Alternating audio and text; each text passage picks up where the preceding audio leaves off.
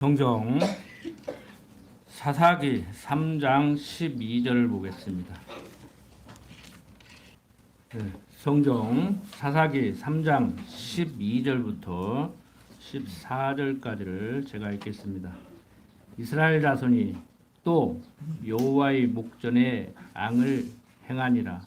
이스라엘 자손이 여호와의 목전에 악을 행함으로 여호와께서 모압 왕 에글론을 강성케 하사 그들을 대적하게 하시매 에글론이 암몬과 아말렉 자손들을 모아 가지고 와서 이스라엘을 쳐서 종려나무 성읍을 점령한지라. 이에 이스라엘 자손이 모압 왕 에글론을 18년을 섬기니라.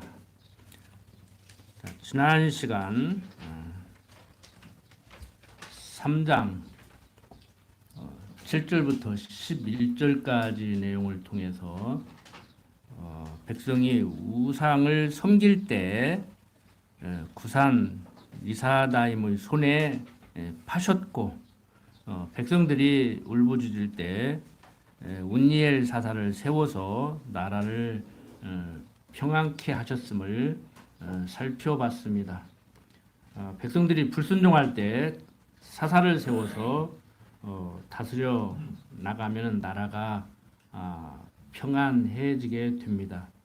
운니엘 사사를 세웠을 때도 40년 동안 나라가 평안했는데 3장 11절 보면 그 땅이 태평한 지 40년에 그나스의 아들 운니엘이 죽으니까 이제 또 백성들이 불순종을 하게 되는 거예요. 그러니까 우리가 일반 교육학적으로 볼 때 안 해보고 아는 사람이 똑똑한 사람이고 그보다 조금 덜 똑똑한 사람은 해보고 아는 사람이 덜 똑똑하고 그보다 더 덜 똑똑한 사람은 해보고도 모르는 사람이라고 그랬는데 성경적으로 볼 때 엄격히 얘기해서 해보지 않으면 몰라요. 근데 해봐도 몰라. 그러니까 가르쳐도 모르고 안 가르쳐도 모르고 그러면 가르칠 필요 없겠네? 그 얘기는 아니에요. 그래서 일반 교육학에서도 그게 문제예요. 선생들이 이거 참 안 가르칠 수도 없고 가르칠 수도 없고 이러도 못하고 저러도 못하고 그러니까 속이 터지는 거예요. 그래서 세상 사람들이 뭐라 그래요? 선생님 무슨 개도 안 먹는다고 그러잖아. 얼마나 속이 탔으면 개가 안 먹을 정도로 속이 타냐고. 여러분들 자식 교육시키는 것도 마찬가지죠. 그래서 참 경험으로만 얘기하는 것이 아니고 저는 경험론자들이 하는 얘기가 일리가 있는 얘기지만 이렇게 성경의 근거에서 얘기를 이렇게 하다가 보면은 집에서도 좀 이렇게 의견이 안 맞을 때가 있는데 정말 우리가 다른 거 다 그만두고 교육이 무엇인지를 여러분들은 아셔야 돼요. 지금 우리 성경 공부의 특징이 그겁니다. 세상 교육학도 해결이 돼요. 그래서 교육이 무엇인지 그러니까 무엇을 가르쳐야 될 것인지 어떻게 가르쳐야 될 것인지 그런데 무엇을 가르쳐야 될 것은 생각지도 않고 어떻게 가르칠 것을 항상 얘기해요. 일반 교육학자들은 교수들은 자기 전공은 가르치죠. 그게 밥벌인데 그래서 우리는 세상 교수를 해라 하지 마라 뭐 그런 얘기가 아니고 무엇을 가르칠 것인지 자녀에게 무엇을 가르칠 것인지 우리 교회에서도 무엇을 가르칠 것인지 어제 밤에 인터넷을 이렇게 뒤져봤더니 오늘 내가 강론하는 내용을 다른 목사님들은 어떻게 하는가 하고 뭐 보나마나 뻔을 하겠지만 뒤져봤더니 어떤 목사님 지난주에 강론에 청년들 교회에 머무르게 하는 방법 설교 제목이 그거야. 교인들을 성도들을 교회로 돌아오게 하는 방법 그 방법 좀 알려주지 나도 좀 쓰게. 여러분들 그게 중요한 게 아니란 말이에요. 무엇을 가르칠 것인지 하나님을 가르치는 거예요. 근데 그 방법론은 차이가 있을 수 있고 경험에 의해서 다를 수가 있고 아는 지식에 의해서 다를 수가 있고 자기 가치관에 의해서 다를 수가 있는 거예요. 그래서 세상 교육도 대가족으로 살면서 할아버지가 해야 될 교육이 있고 할아버지한테 배우는 교육이 있고 할머니가 해야 되는 교육이 있고 아버지가 하는 교육이 있는 거예요. 세상 나가서 배우는 교육이 있고. 그래서 경험이 많은 사람들이 지식이 풍부해지고 많은 것을 이렇게 경험하게 되죠. 그래서 정치인들은 경험 많은 사람들 세워야 된다. 그 사람을 준비된 대통령이라고 그러잖아요. 근데 요즘 대통령은 대통령 연습하는 것 같아. 다음에 또 한 번 하려고 그러는가. 정치적인 얘기를 하고자 하는 것이 아니고 신앙생활도 여러분들 어떻게 보면 연습하는 거예요. 어떤 연습? 영원한 나라 하나님 나라 가서 하나님만 섬기고 살아야 될 삶에 대한 연습을 하는 거예요. 교육학적으로 보면은.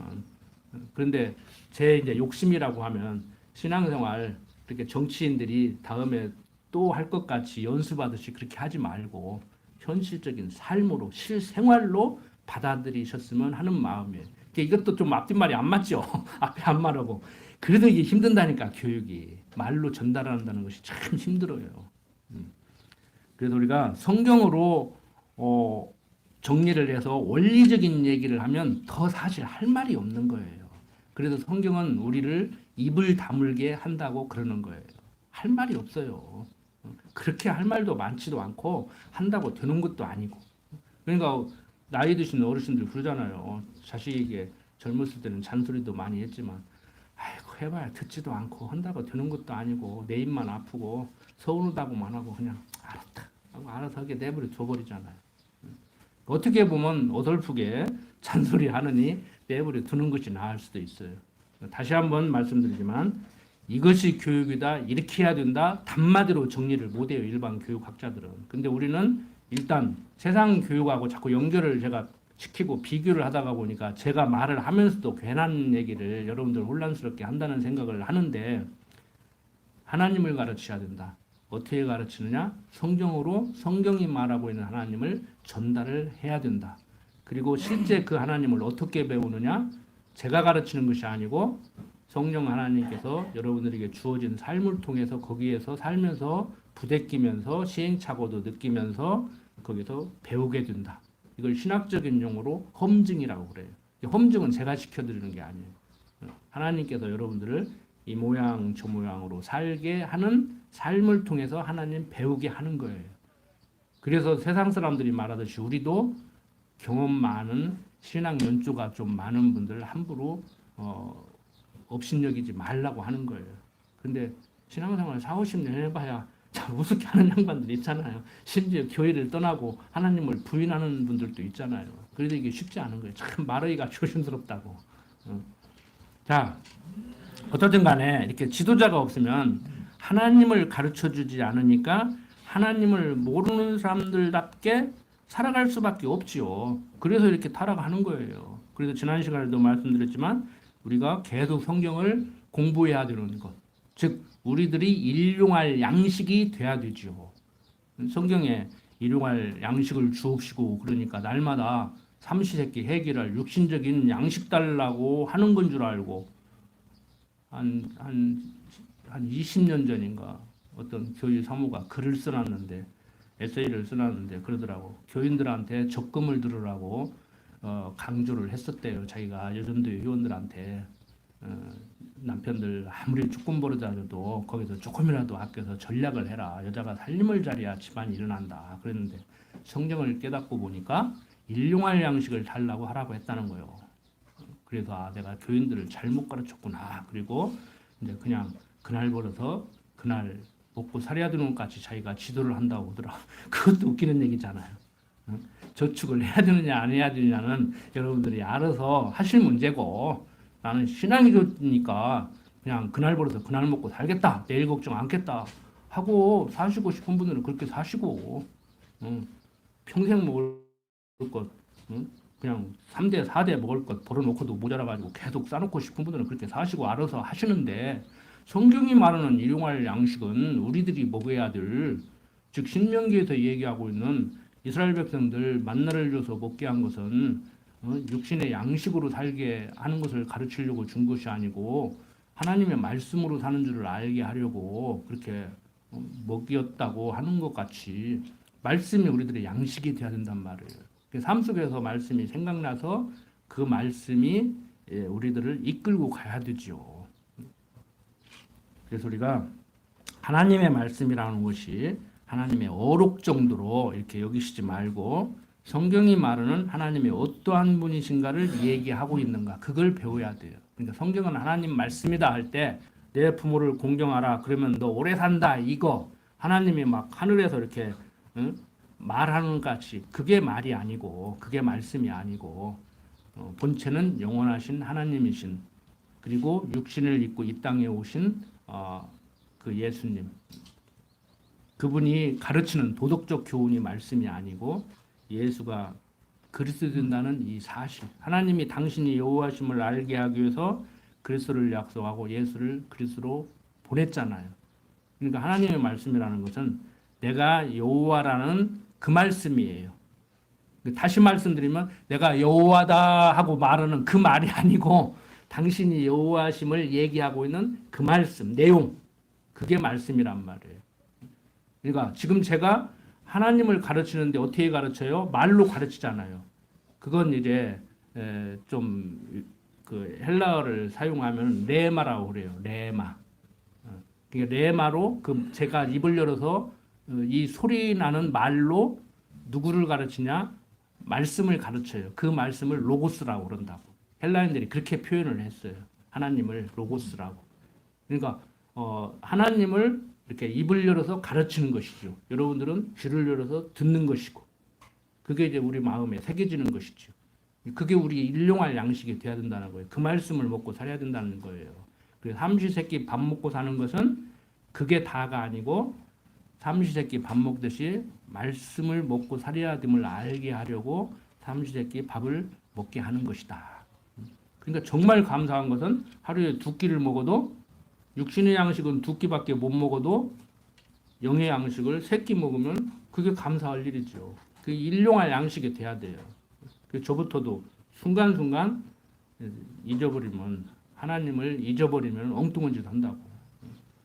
자, 백성들 지금 그러고 살아가는 거예요. 뭐 이거 봐서 적용이 아니고, 제가 적용을 시켜드리려고 하는 것이 아니고, 백성들이 왜 이러는가, 왜 이렇게 미루는가, 그럼 나는 미루지 않은가. 이보다 더 미련하지. 우리는 인간적으로 얘기하면 더 미련하면 더 미련했지 덜 미련하지 않단 말이에요. 자, 이렇게 백성의 약행으로 여호와께서 모압 왕을 섬기게 되죠.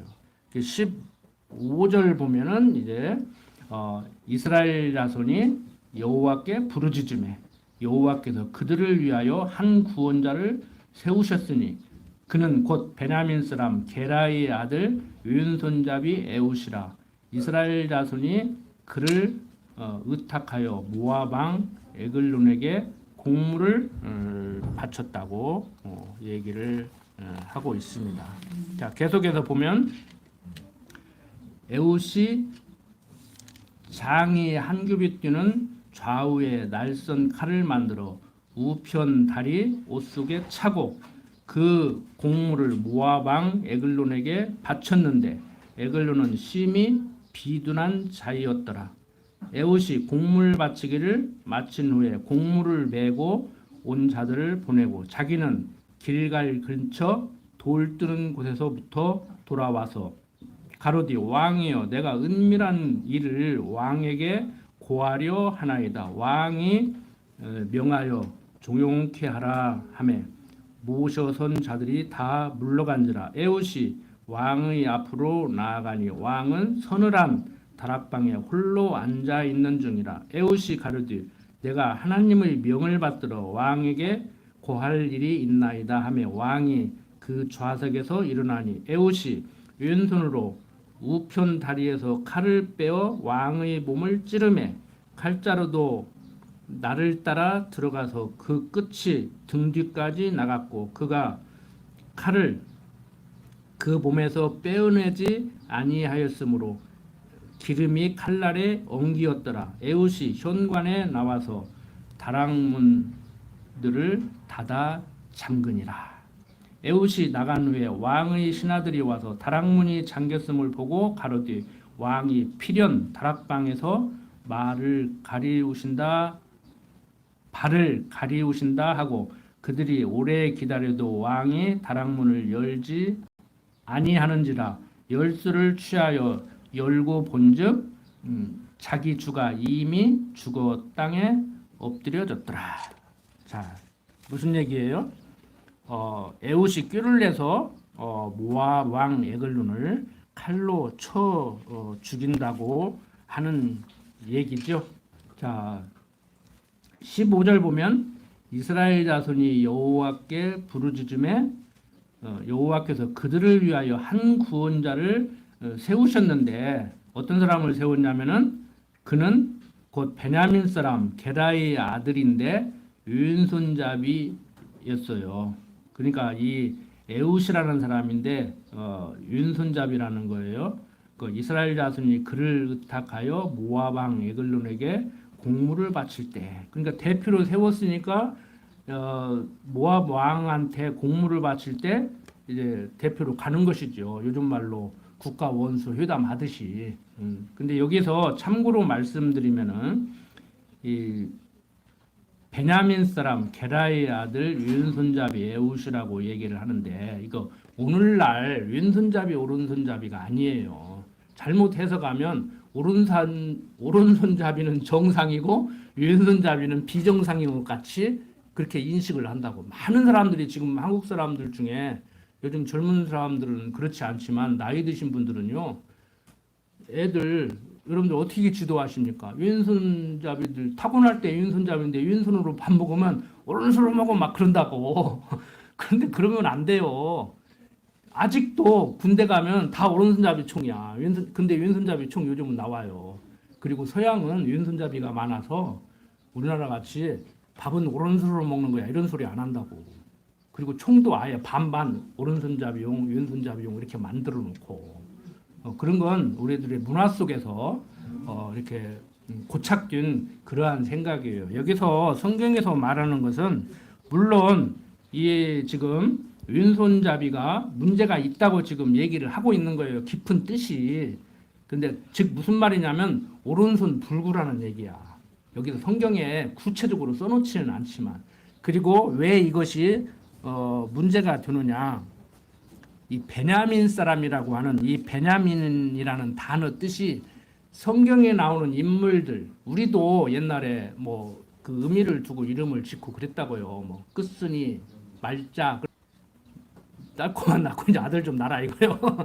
이게 딸은 자 이걸로 끝내자 이제 그런 의미로 짓거든요. 뭐 일본 사람들은 바가운데서 태어난 사람, 뭐 산 밑에서 태어난 사람 이렇게 짓고 뭐 아메리칸 인디안들도 그렇게 이름을 지었고 이제 저 같은 경우는 이제 권세가 빛나라고 우리 아버지가 빛나리자 권세권자 이렇게 이름을 줬는데 어쨌든 간에 이 베냐민 자손일 때 이 베냐민이라는 이름은 오른손의 아들이라는 의미예요. 그러니까 오른손의 아들이라는 의미가 오른손잡이라는 의미도 있지만 좀 깊이 들여다보면은 올곧게 사는 사람 그런 의미도 있잖아요. 우리가 그렇게 언어를 사용하잖아요. 그런데 이 사람들 문화로 볼 때는 어떻든 간에 오른손의 아들이야. 오른손을 쓰는 사람들이야 주로. 그러니까 왼손 쓰면 안 되죠. 근데 오른손이 이제 문제가 되면은 뭐 다쳤다든지 태어날 때 불구로 태어났든지 그러면 왼손을 쓸 수밖에 없잖아요. 그런 의미예요. 좌우지간 문제가 있어. 그 계파로 볼 때, 지파로 볼 때. 하나님이 이제 이렇게 좀 부족한 사람을 들어서 강하게 쓰심을 얘기하고자 굳이 이런 것을 얘기를 한다고요. 뭐 왼손잡이, 오른손잡이, 오른손이 불구 뭐 이런 얘기를 뭐하러 하겠어요. 안 해도 되는 얘기인데 이런 얘기를 할 때는 인간적으로 오른손 써야 된다. 왼손으로 밥 먹게 가르치지 마라. 이런 얘기를 하기 위해서 그 다음에 뭐 오른손이 하나 잘린 사람은 그건 장애가 있는 사람이다. 그 사람들은 사회에서 좀 밑바닥 사는 사람인데 이런 개념이 아니란 말이에요. 성경을 성경대로 우리는 봐야 되죠. 이 얘기를 왜 하고 있는가. 자, 어쨌든 간에 백성이 부르짖죠. 뭐 여기서 이제 어떤 분들은 부르짖었다에다가 밑줄을 그어놓고 1시간 설교를 이걸 가지고 시간을 보내는데 힘든데 알고 죽겠다고 하는 것이지. 나 살려달라고 하면 안 돼. 잘못한 건 잘못한 것이고 내가 이렇게 했더니 내가 이렇게 하나님 앞에 불순종했더니 하나님 대적들이 나를 죽이려고 해요. 그 대적들의 손에서 나를 구해 주십시오. 내가 당신한테 잘못한 건 잘못한 것이고 아무리 잘못했다고 해가지고 나를 죽이면 안 되지 않습니까? 나는 당신의 아들 아닙니까? 옆집 아들이 뭐 말 잘 들었다고 옆집 아들 시켜서 나 때려 죽이면 안 되잖아. 그러니까 백성들이 이 아우성 치는 것은 오늘날 기도라는 것을 자꾸 강조하다가 보니까 이런 데를 부각시키는데 백성들 아우성 치는 거 당연한 거예요. 아우성 치라고 지금 때렸는데 아우성 안 치는 것도 이상하지. 믿음 준 듯이. 그러니까 이건 너무 깊이 파고 들어가지 마시고 그냥 불순종한 건 불순종한 것이고 대적들이 손을 들어서 치시니까 아이고 나 죽네 하고 그냥 외쳤다. 앓는 소리 했다. 이 정도로 받아들이시라고요. 자, 그래서 에훗이 꾀를 내어서 이제 모압 왕 에글론을 칼로 쳐서 죽이죠. 그런데 오른손이 장애가 있어서 왼손잡이를 했지만 사람들이 볼 때는 나를 죽여도 오른손으로 칼을 빼서 찔릴 거라고 생각했는데 오른손이 문제가 있으니까 이제 왼손으로 칼을 빼서 찔릴 거라는 것은 생각을 못하고 대처를 느슨하게 하고 있다가 칼을 숨겨 가지고 들어가서 이제 찔러 죽이고 문을 닫고 나와버린 거란 말이에요. 얼마나 깊이 찔렀는지 기름이 엉겨 붙어 가지고 칼을 빼지도 못했다고 그러잖아요. 그러니까 이제 그 신하들은 아이고 왕이 좀 쉬고 있는가 보다. 함부로 못 들어가잖아요. 지금 푸틴도 그런데요. 그 앞에 스탈린도 그랬대요. 죽었는데 쓰러졌는데 가서 잠자는 거 함부로 깨면은 잘못하다가 처형당하니까 문을 못 열고 들어갔다는 거예요. 그래갖고 죽어버렸다는 거예요. 쓰러졌는데 빨리 옮겼으면 살 수 있는데 독재자들이 그렇게 무서워요. 감히 가서 그만 주무시지요. 이제 뭐 1시간 됐는데 그만 일어나시죠. 이런 얘기를 못 할 정도로 무섭다고 독재자들이. 이 사람 그러고 있다가 이제 피살 당해가지고 나중에 다 도망간 뒤에 이제 알고 이제 아이고 우리 왕이 죽었구나 이제 알은 거예요 이제. 자 계속해서 20 몇 절까지 왔습니까? 5절까지 왔습니까?